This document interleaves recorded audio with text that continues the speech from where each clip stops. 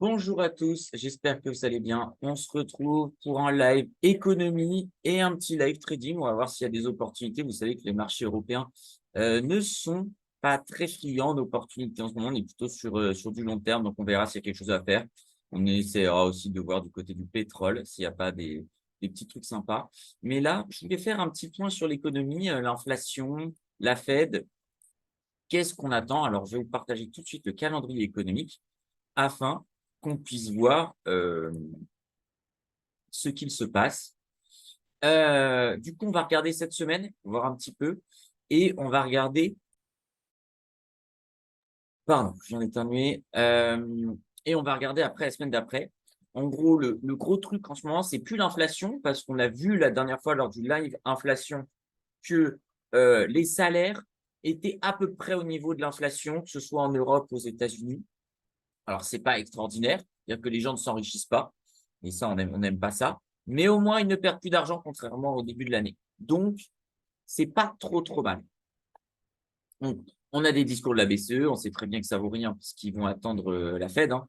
Ils vont jamais, jamais se prononcer avant la Fed. Si on voit là pour l'instant, ça a l'air plutôt positif. PMI service en Chine par rapport au PMI de production industrielle, c'est vachement bien, puisque là, on est au-dessus des 50 et même on s'améliore. Donc ça fait vraiment plaisir d'un point de vue macro. Production industrielle en France, ça, c'est pas bon. C'est pas bon du tout. Dans les 0,2, on a moins 0,3, mais on peut dire que ça s'améliore un petit peu par rapport au précédent qui était à moins 0,6. PMI service, on voit que sur les services, ça marche bien. Alors, attention, on est toujours en recul. On est en recul, hein. Mais c'est un petit peu mieux que prévu. Donc, c'est pas trop mal. Et si on voit zone euro, c'est OK. Donc, une contraction, puisqu'on est en dessous de 50, mais contraction un petit peu moindre. Et on voit qu'eux, ils ont tellement bien fait de quitter l'Union européenne, puisque ils surpassent l'Union européenne de 2 points. C'est énorme. Énorme. Et on voit que voilà, ils arrivent à reach les niveaux des US, quoi. Voilà, ils ont tout compris. Ils sont sortis, ça leur a coûté un peu d'oseille, mais là, ils explosent tout, hein. Ils explosent tout. Il y a juste peut-être leur monnaie qui n'est pas très très forte pour l'instant. On pourrait un petit peu leur reprocher, mais voilà. Donc ça va quand même mieux. C'est pas encore fait. Moi, je pense toujours qu'on est à l'aube d'une crise, mais cette crise est retardée au vu des chiffres qu'on a eus récemment. Du coup, qu'est-ce qu'on va attendre là? Production non agricole, voilà, ça va être important. C'est pas non plus extraordinaire, mais ça va nous donner un chiffre un petit peu pour les PMI en fait. Les PMI à venir manufacturiers et pas les PMI de service. Là, bon, PIB, c'est petit truc. Ça, c'est pas très, très intéressant. Ça, faudra regarder. L'inflation en Allemagne, qu'est-ce que ça raconte? Est-ce que vraiment on va être en négatif? Ce qui leur permettrait de faire un annuel à 3,2 en novembre. Ouais, c'est pas mal, hein. Salaire moyen, ça aussi, ça va être important. Est-ce qu'on va augmenter? On attend un petit peu moins bien, du coup, aux US et création de chômage. Ça peut être intéressant, là. Le vendredi, il y a quand même des trucs. Et on va regarder la semaine d'après.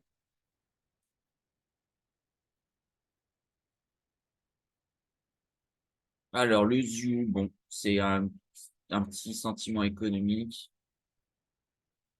Production industrielle, ça, ce sera très important. Et à la production aussi aux États-Unis. Ça, c'est très important. Ça nous donne, en fait, une sorte de pré-shot, de prévision sur l'inflation, en fait. Si le prix à production augmente, il y aura plus d'inflation, puisque plus de demandes et un petit peu tout ça. Donc, important. Les taux de la BCE, ils vont pas se prononcer, c'est sûr, ça bougera pas. Et s'il les baisse, ce sera vraiment un avis de faiblesse. Donc, non, je pense qu'ils vont rien faire.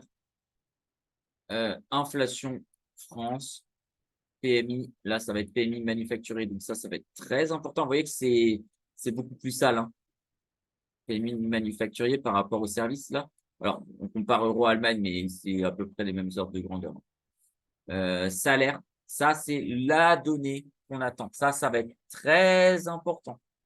Si on est sur quelque chose de mauvais, ça va faire très, très mal au marché. Parce que c'est le chiffre qu'on regarde après l'inflation et production industrielle et tout ça, c'est intéressant. Donc voilà un petit peu pour les 2 semaines qui nous attendent. On voit que ça va être plutôt les fins de semaine qui vont être actives plutôt que les débuts de semaine. Un petit peu comme d'habitude, c'est vrai. Donc là, je vous recommande de faire un petit peu attention. Si vous voulez être plus agressif, ce sera plutôt début de semaine, sinon ce sera euh, fin de semaine, on faudra être un petit peu moins agressif. Alors, on revient sur moi et je vais vous partager tout de suite euh, notre, euh, notre Aeronefix, notre compte. Ah, là, je suis un petit peu déçu, là, sur le pétrole. On était très bien parti. Très bien parti. Si on prend 15 minutes, là, notre achat qu'on a fait lundi. Alors, il est là, le lundi. On est bien parti. On fait aller quasiment 80.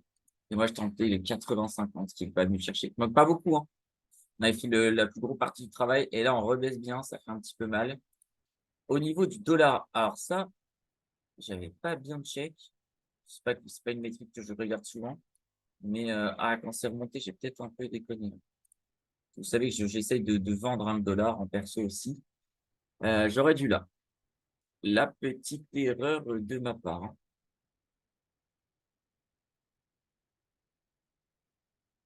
J'aurais dû vendre du dollar en perso.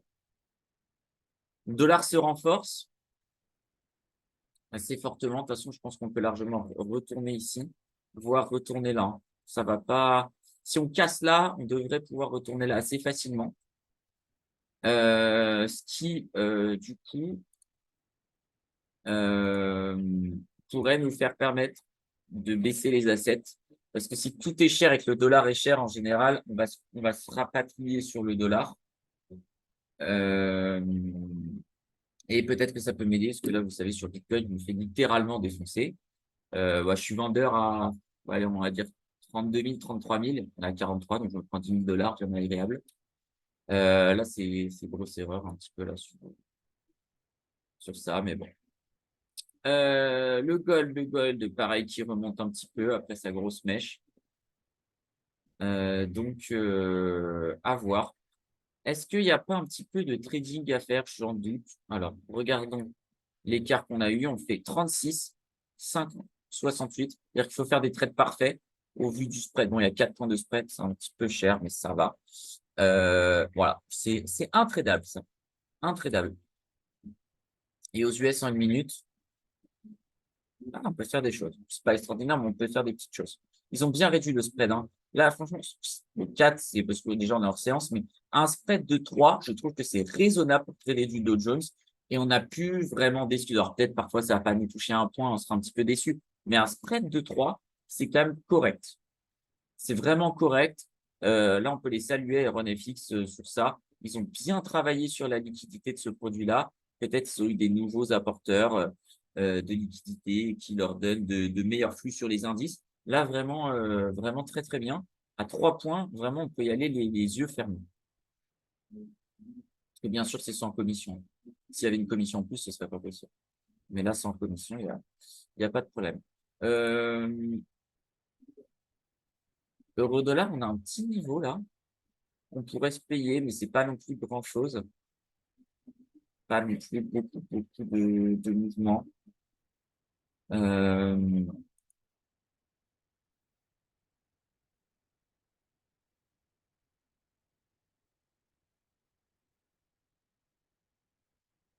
ouais, pas terrible. Alors, Brent, est-ce que on pourrait renforcer? En vrai, c'est peut-être le move, dans le sens, c'est un niveau gold. Donc, un niveau gold, ça se traite dans la largeur. Nous, on l'a payé un petit peu au-dessus avec le spread. En gros, on a payé le niveau. Euh, Il y a peut-être un monde là où on met un petit ordre ici. Alors, pas 10 par contre. 3 sera très bien. Voilà. Et on met pareil, même stop loss, ça coûte pas très cher. En revanche, en termes de TP, on va décaler à ce qu'on avait fait de mieux. Donc, c'était à genre 80. Allez, on peut se mettre un petit 79. parce que je préfère décaler les sorties parce que celui-là, il est quand même beaucoup plus proche du stop loss que l'autre position. Donc bon, on- si jamais ça remonte, il y a moyen qu'on refasse double top dans cette zone-là. Et même, je vais le baisser un petit peu, je vais mettre 78,80 parce que je veux de la marge par rapport. Bon, allez, c'est peut-être un peu trop. 78,90 parce que je veux un peu de marge. Si jamais on fait pas le top parfait, comme là, bah, il y a un top un petit peu décalé par rapport à ici. Je préfère avoir un peu de marge et sortir parce que bah, si on se prend deux stop loss, ça nous coûte 5000 balles. Donc, c'est un petit peu cher. Comptez toujours bien, mais on va jamais avancer si on continue comme ça, malheureusement.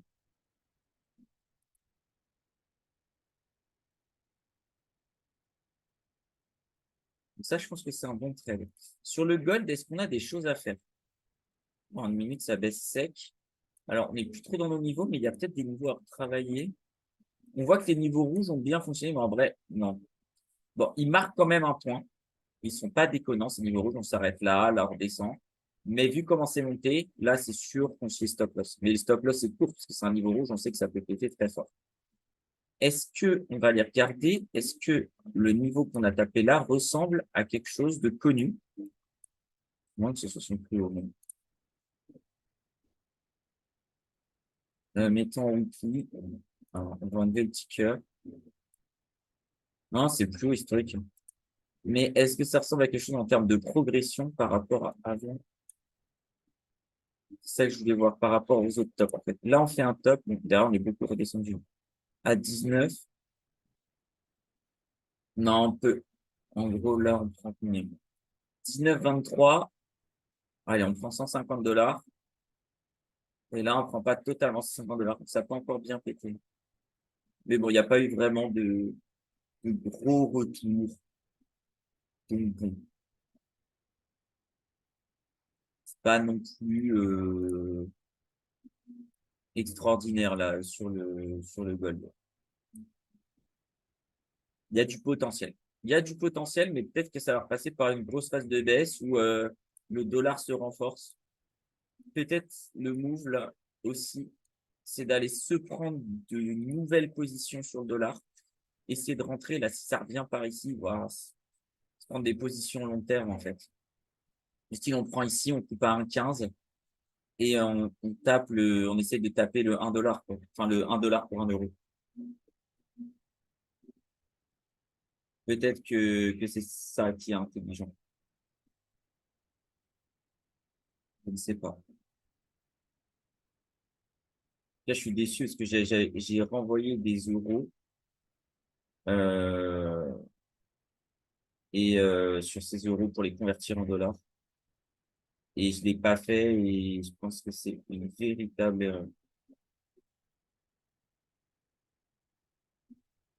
C'est vraiment une très, très grosse erreur.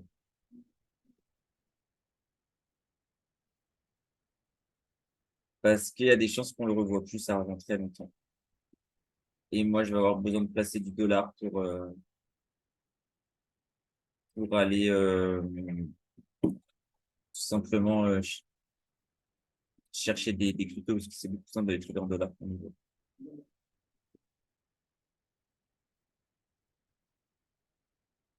Là, on redescend un petit peu. On va peut-être pouvoir trigger notre prix là sur le pétrole, ce serait très bien.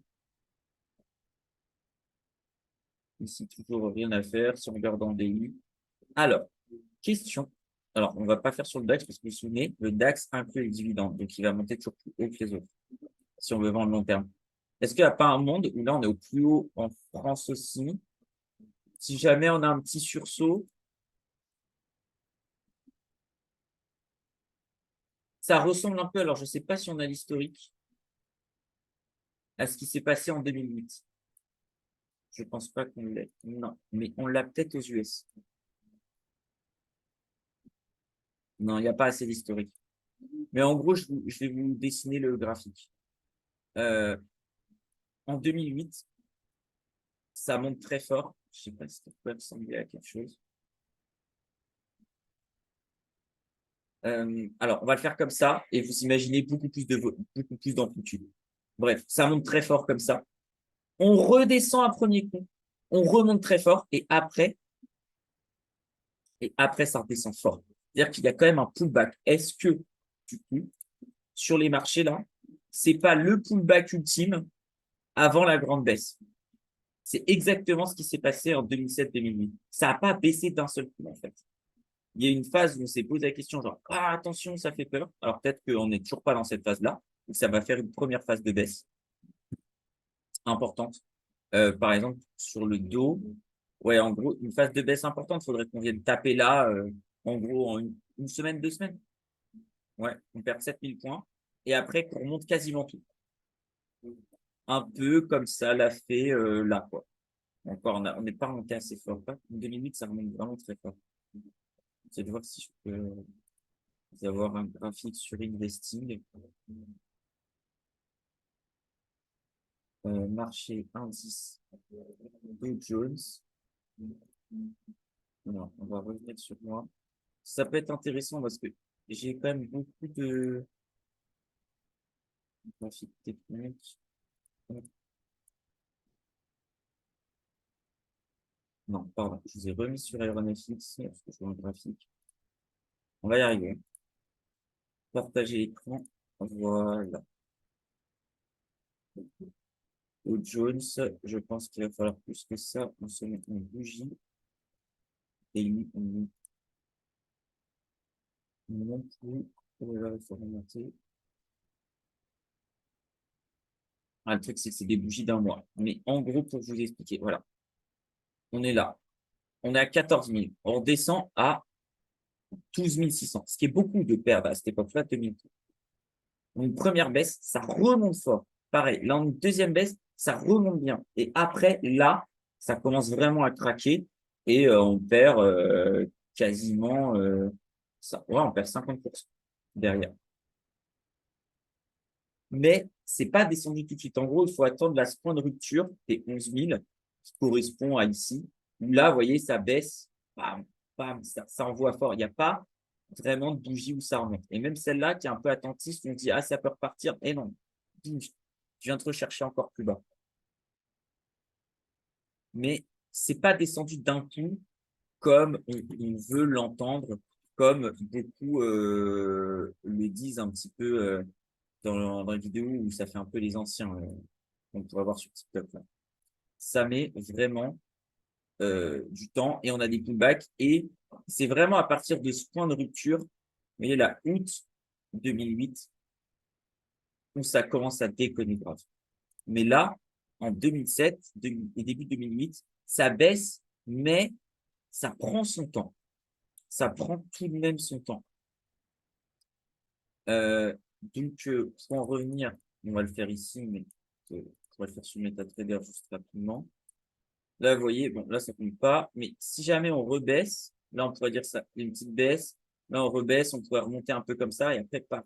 Les points de rupture qu'on a, c'est ici. Ça, c'est un premier point de rupture. Et après, on a les points de rupture un peu Covid, là, qu'on pourrait aller chercher. Ça on n'a pas tapé très, très longtemps. Hein. Il y a peu de gens qui ont réussi à acheter vraiment, vraiment beaucoup. Bah, c'est pour ça que ça monte, parce que on n'achète pas ici, on n'a pas le temps et on achète beaucoup là. Donc, ouais, premier point de rupture, c'est là. On va dire, on en a un deuxième là, mais qui a peu de signification. Et après, on pourra aller chercher ici. Et après, si on descend plus bas, ça va être compliqué. Parce que si on regarde, à chaque fois, on fait à peu près 50%. Donc, 36 tout 18, ça va. Que là, on fait un 30 tout 18. Vous voyez, ça n'a pas été une grosse purge comme on en a l'habitude. Si y a des questions, n'hésitez pas. Mais voilà. Il ne faut pas croire que les marchés vont baisser d'un seul coup. Alors, si ce qu'on peut faire, c'est si ça casse les 28 500, histoire de se faire un peu de marge, là, en revanche, on pourra dire que ça va baisser en gros, de 28 500 à 18, ça peut le faire assez rapidement, avec peu de retour aussi. Et c'est pour ça que ça va faire très mal. Là, oui, on pourra dire euh, que c'était violent. Donc, c'est vraiment la grande leçon. On va repasser sur Aeronefx, voir s'il n'y a pas des trades à prendre, mais je pense que la séance est un peu passée. Ça nous fera un petit webinaire un petit peu plus court. Ah, On peut noter qu'on a été pris sur le Brent. Est-ce qu'on a eu un très bon prix? J'ai payé 17, sachant qu'il y a 4 points de spread, donc j'ai payé 14 sur le graphique. Ah, j'aurais pu gratter un peu plus, mais bon, c'est pas grave. On est déjà bien dans la largeur. Voilà, je suis assez positif sur ce trade. On est sur du quasiment 2 pour 1, donc c'est nickel. Donc là, vraiment, les drivers à réfléchir, enfin, à contrôler. Volatilité, ça peut s'exciter. Euro-dollar, si le dollar casse ici, ça va devenir compliqué. On va retourner sur ces zones-là et le prix des assets va être extrêmement, extrêmement cher. C'est vraiment ça qu'il faut se dire. Là, on paye très, très cher. Ces niveaux-là, c'est vraiment, vraiment cher. Sur tous les assets. En fait, il n'y a pas un seul asset que je ne trouve pas surévalué en ce moment. C'est rare, hein. On a toujours un truc où on se dit, ah, valeur refuge, même le gold. Le gold, ok, j'ai envie d'en payer si je paye des actions en même temps. Ça, oui. Mais est-ce que j'ai envie de payer du gold là, en long terme? Le potentiel, il est hyper limité, en fait. On a quoi à prendre? 10%? Genre, on a 10%, on peut aller taper des 2200. Alors que, en potentiel à la baisse, bah, j'ai moins 20. J'ai moins 20 parce que je peux aller taper les 1600. Alors après, peut-être on aura une crise sans précédent qui nous fera aller le gold 3000 $. Mais alors là, ça, je ne sais pas faire. Je sais pas vous prévoir ça. Pétrole, on achète un peu dans cette largeur, mais c'est pas le trade de l'année. On a un stop loss assez court. Je suis pas ultra confiant non plus sur le pétrole. Parce que si ça part en mode crise, ça va tirer un peu la gueule sur le pétrole, surtout si on a un dollar cher. Si on a un dollar cher et une activité économique qui se réduit, en gros, on va avoir un pétrole sur une moyenne de 40 $. Alors, bien sûr, on pourra aller taper des mèches peut-être à 20 quelque chose. Mais voilà, la bonne moyenne, ça va être ça, là, 42 $. Ça va être la moyenne économique. Et on pourra retourner après rapidement si ça se reprend vers des 60, quelque chose comme ça. Le bon prix, en fait, au niveau de la supply, c'est 40 ou allez, 70 $. Là, on est en activité économique haute. Là, on est en activité économique basse. Là, on est en spéculation basse et on est même tombé en dessous. On est tombé à moins 40 $ sur le pétrole. Et là, on est en spéculation haute, tout simplement. Mais c'est pas une activité économique qui justifie le prix du pétrole. C'est de la manipulation sur de la production. Faut vraiment pas se leurrer là-dessus. OK.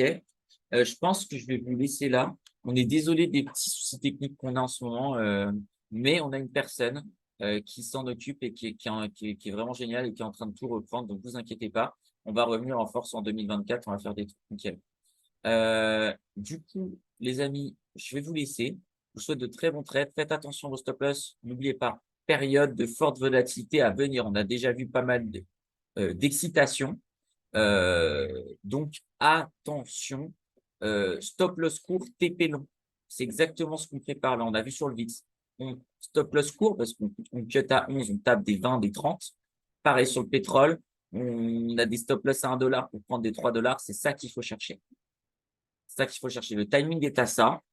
Et je pense que ça peut durer 2-3 mois parce qu'on ne sait jamais quand est-ce que ça va s'effondrer. On n'a pas forcément tous les méga drivers. Mais voilà, donc faites attention. Je vous souhaite une excellente semaine. On se retrouve la semaine prochaine. Il me semble que je vais regarder très, très rapidement. On a 2 webinaires la semaine prochaine. On a un live trading lundi. On a un live trading lundi et on a le bilan du mois de décembre parce qu'on aura fait nos 4. Le 13, puisque après ces périodes de vacances, je vous laisse tranquille. On n'aura pas de live les 2 dernières semaines de décembre, mais on revient bien sûr en janvier. De toute façon, ce sera très intéressant. Plus grand chose à faire. Donc voilà, très bonne semaine à vous. Faites de bons trades. Attention à vos stop loss. À bientôt. Salut.